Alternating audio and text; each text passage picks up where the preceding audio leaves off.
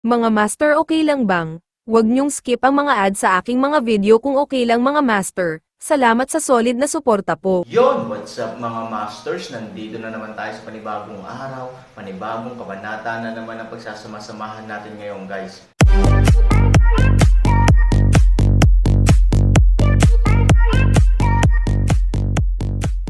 Bali mga masters, kung bago ka pa lang po sa aking YouTube channel, please click the subscribe button, lalong-lalo na po yung notification bell guys, para maging connected pa rin tayo sa isa't isa at maging updated kayo sa mga susunod ko pang video.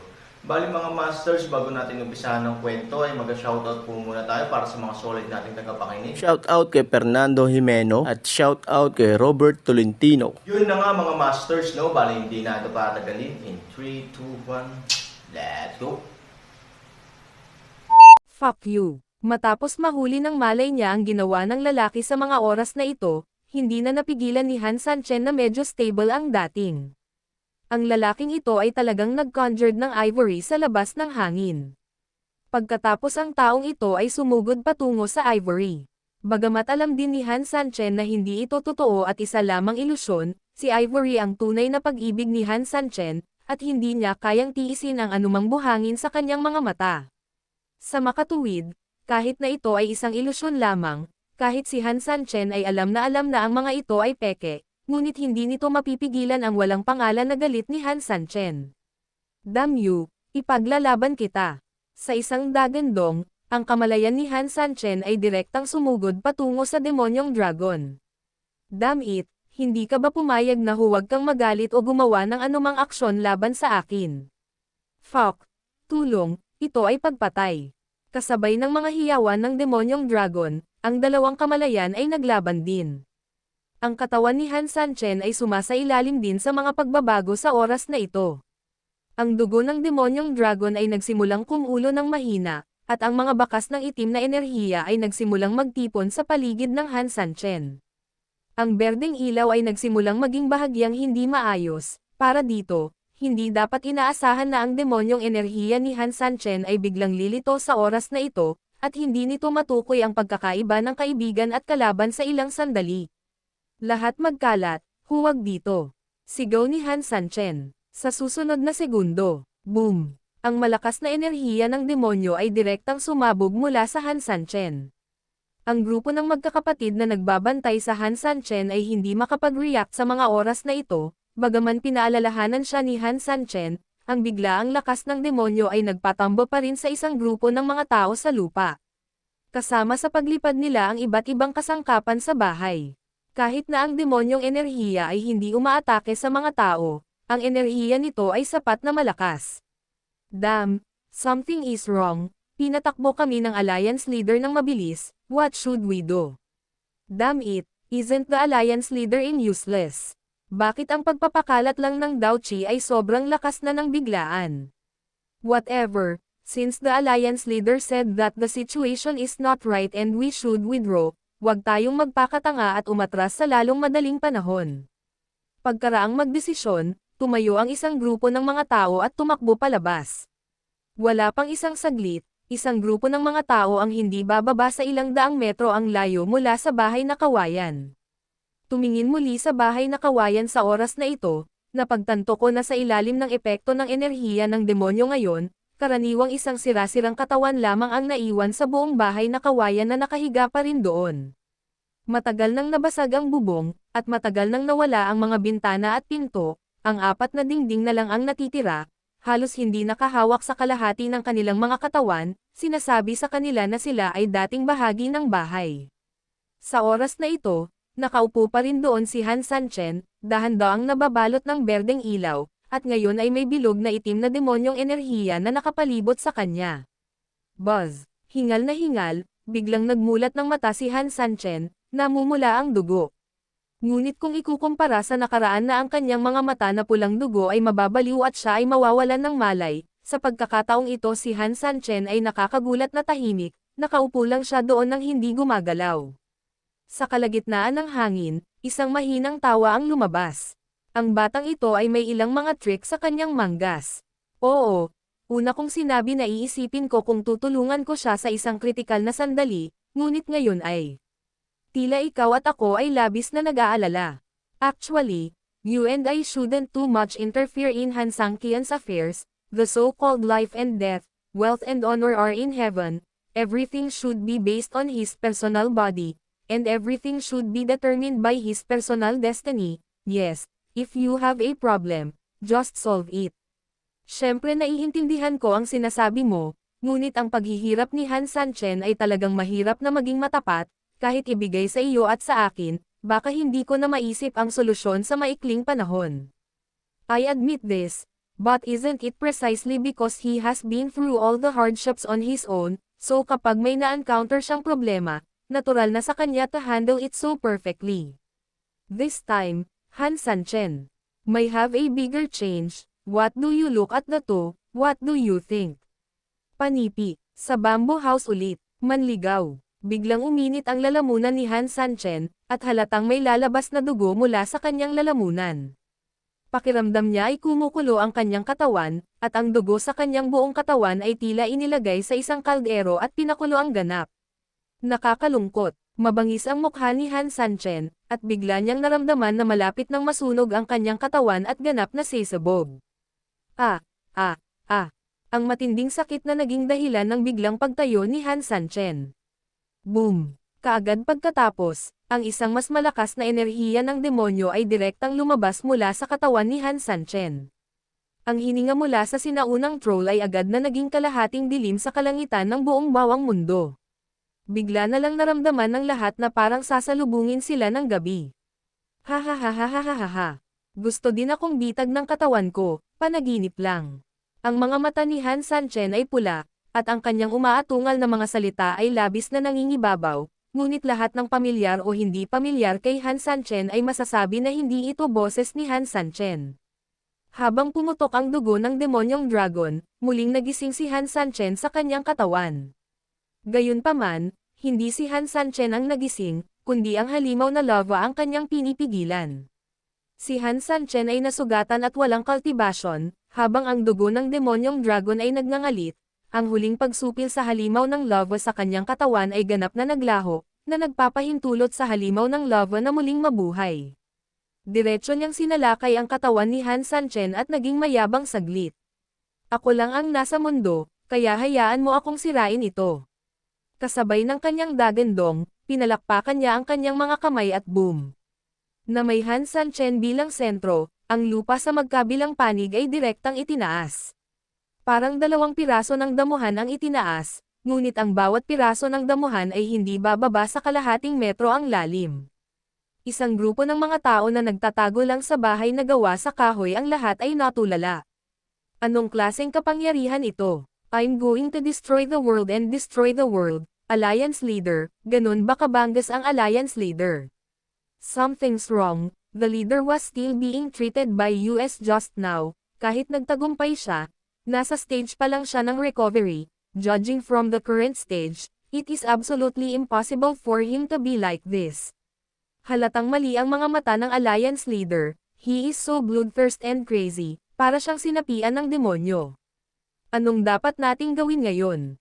Gusto mo ba siyang tulungan? Hindi. Kung tutusin mula sa kasalukuyang momentum ng pinuno, isang grupo sa amin ang namatay sa nakaraan, ipagpatuloy natin ang pag-atres alinsunod sa mga naunang bilin ng pinuno.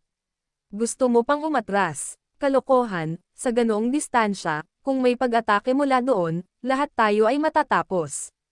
Kailangan nating lumikas sa isang ligtas na sapat na distansya, o mas mahusay na magtago. I agree with this approach, we have to protect ourselves. If we all die and the Alliance Leader still need help, who can help him? We are the last bottom line and the last hope, withdraw agad.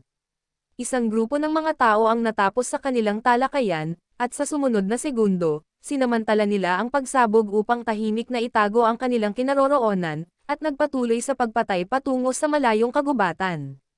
Mag-ingat sa pagprotekta sa mga kakaibang hayop. Huwag hayaang mamatay ang mga kakaibang hayop sa kamay ng pinuno. Oo, karamihan sa mga kakaibang hayop na Han Sanchen sa mga miyembro ng Polar Bear Legion ay pinananatili sa Bawang Tianshu, kahit na ito ay isang estado ng panahon ng digmaan.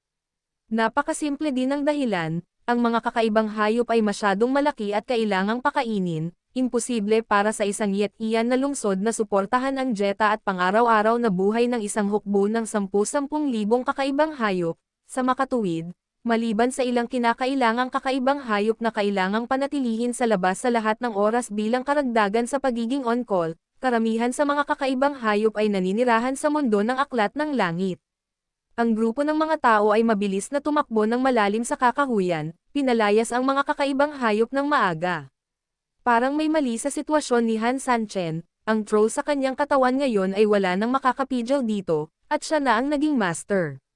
Nang matapos siyang magsalita, direktang lumipad sa hangin ang nakausli na Han Sanchen, sa isang pitik ng kanyang kamay, ilang streaks ng demonyong enerhiya ang agad na tumama sa lupa. Boom! Nawasak agad ang mga bahay na gawa sa kawayan at mga bahay na gawa sa kahoy. Pero ang mas nakakakilabot ay sa mga oras na ito, biglang ibinuka ni Han Sanchen ang kanyang mga braso. Damo, nilalamon ng demonyo ang langit. Hindi na may tatago ang figure ng 8 makalangit na aklat, at ngayon ay direktang lumitaw ito sa hangin. Biglang sumulpot din ang matandang nagwawalis ng sahig, ngunit isang pares ng matandang mata ang bumungad sa ganap na kakaibang liwanag. Gusto namin siyang gamitin bilang backup ni Han Sanchen, ngunit sa huli, gusto niya kaming gamitin bilang pagkain niya. Damn it, he wants to absorb all the spiritual energy here. If this is the case, kahit si Han Sanchen ay baka hindi na siya masupal, nag-aalalang sabi ni Bawang Tianshu. Hindi itinanggi ng matanda na nagwawalis ng sahig, kung nasisipsip niya ang lahat ng espiritual na enerhiya sa iyo, sa pangkalahatan ay hindi siya magagapi sa mundong ito. Ang katawan ni Han Sanchen ay magiging pandagdag na pagkain lamang niya, at pagkatapos ay lalo siyang hindi magagapi, sa mundong ito, natatakot akong masira muli, kailangan natin siyang pigilan, kung hindi. Magulo ang mundo, kung tutulungan natin siya, ano ang mahalaga? Kung may mga aksidenteng mangyari sa daan, hindi ba ito dapat ituring na bahagi ng karanasan? Walang imak na sinabi ni Bawang Tianshu, holy crap, ang taong iyon ay isang baliw noong siya ay buhay, at ikaw ay isang baliw din ngayon. Kung babalik ang troll na ito sa orihinal nitong anyo at lamunin ang aking espiritual na enerhiya at katawan ni Han Sanchen, magugunaw ang mundo, pero ito rin ang pinakamalakas na karanasan para kay Han Sanchen, di ba? Ay, si Bawang Tianshu ay hindi nakaimik, ang presyo at panganib ay masyadong malaki, pinagtatawanan mo ang lahat, minsan, kapag gusto mong magtatag ng bagong hari, kailangan mong tapakan ang buto ng libu-libong tao para umakyat sa trono. Pagkatapos magwalas ng sahig ang matanda, biglang naging determinado ang kanyang mga mata, gawin mo ang sinasabi ko, itong lalaking ito, huwag mo siyang pigilan, kung gusto niyang lamunin ang langit, hayaan mong lamunin niya ang langit, ikaw. Galit na galit si Bawang Tianshu, sinabi lang niya na pinagtatawanan niya ang lahat, at nahihiya siyang sabihin iyon pati na ang sarili niya, dahil halata naman na kung hindi niya mapigilan ang troll na ito ay siya ang unang biktima, depende. Pagkatapos magmura ng malakas, si Bawang Tianshu ay agad na nawalan ng imak sa lugar, sa sumunod na segundo, nawala ang katawan ni Bawang Tianshu, at isang gintong liwanag ang sumilay sa kalangitan ng buong mundo ng bawang, pagkatapos noon, bumalik sa kalmado ang lahat, boom. May mali ngayon. Ang mga elite na iyon ay nagtatago ng napakalalim sa gubat, at bawat isa sa kanila ay nagtatago pa rin sa ilalim ng ilang malalaking puno. Gayunpaman, sa pagtingin sa pangitain sa kalangitan, ang ilang mga tao ay may matagal na takot. Oo, matagal na tayong nanirahan doon, at hindi pa natin nakitang kakaiba ang pagbabago ng langit. It feels like it has something to do with our alliance leader. Hoy, hindi ko alam kung ano ang sitwasyon ng alliance leader ngayon. Sana okay lang siya. Han Santianshu. Habang ibinuka niya ang kanyang mga braso, ang hangin at mga ulap ay gumagalaw sa paligid niya, at ang mga bituin ay gumagalaw. Ang hangin sa paligid niya ay nagtipon ng baliw patungo sa Han Sanchen. Hu. Mayroong hindi mabilang na espiritual na enerhiya sa hangin na hinihigop ng Han Sanchen. Sa oras na ito, para bang may malaking puyo ng tubig na naninirahan sa katawan ng lalaking ito, galit na hinihigop ang lahat ng nasa paligid niya. Sa loob ng ilang daang metro ang diametro, buhangin at bato ang tumaas, bumabaliktad ang lupa, bumunot ang mga puno, at tumaas ang mga ilog. Sobrang nakakatakot, Gusto mong sipsipin ang spiritual energy ko. Do you really think I'm joking here? May espesyal na katawan ang batang yan, Han Sanchen, at hindi kita mapipigilan. Ikaw, damn it, nakalimutan kong ginagamit mo rin pala ngayon ang katawan ni Han Sanchen. I'll go, nako. Kasabay ng domineering speech ng isang tao na malakas at maulan, o sa madaling salita, matigas siya sa harap pero mahiyain sa likod, may lalabas ding nakakahiyang eksena. Lahat ng bagay sa paligid niya ay gumagalaw patungo sa Han Sanchen sa mas mabilis na bilis, at ang gininto ang langit na kumikislap ay tila kumikislap lang saglit. Mula noon, wala nang follow-up, at nakatitig lang siya sa kawalan, patuloy na dumadaloy ang totoong enerhiya dito. Damn it, I'm so fucked up. May nanlulumong sumigaw. Han Sanchen, hold on, mother, don't hurt me. Nang matapos siyang magsalita ay lalo pang kumulimlim ang langit, parang anumang oras ay higupitin na ng tuluyan si Han Sanchen. Yun na nga mga masters, no? Bali panibagong kabanata na naman yung natapos natin ngayong gabi. Muli, maraming salamat po talaga sa walang sawang suporta po sa aking YouTube channel na talagang inaabangan nyo po ang bawat upload ko po. Bali mga masters, magkita-kita ulit po tayo bukas ng gabi at ngayon po ay magpapaalam po muna tayo. Bali mga masters, bye-bye!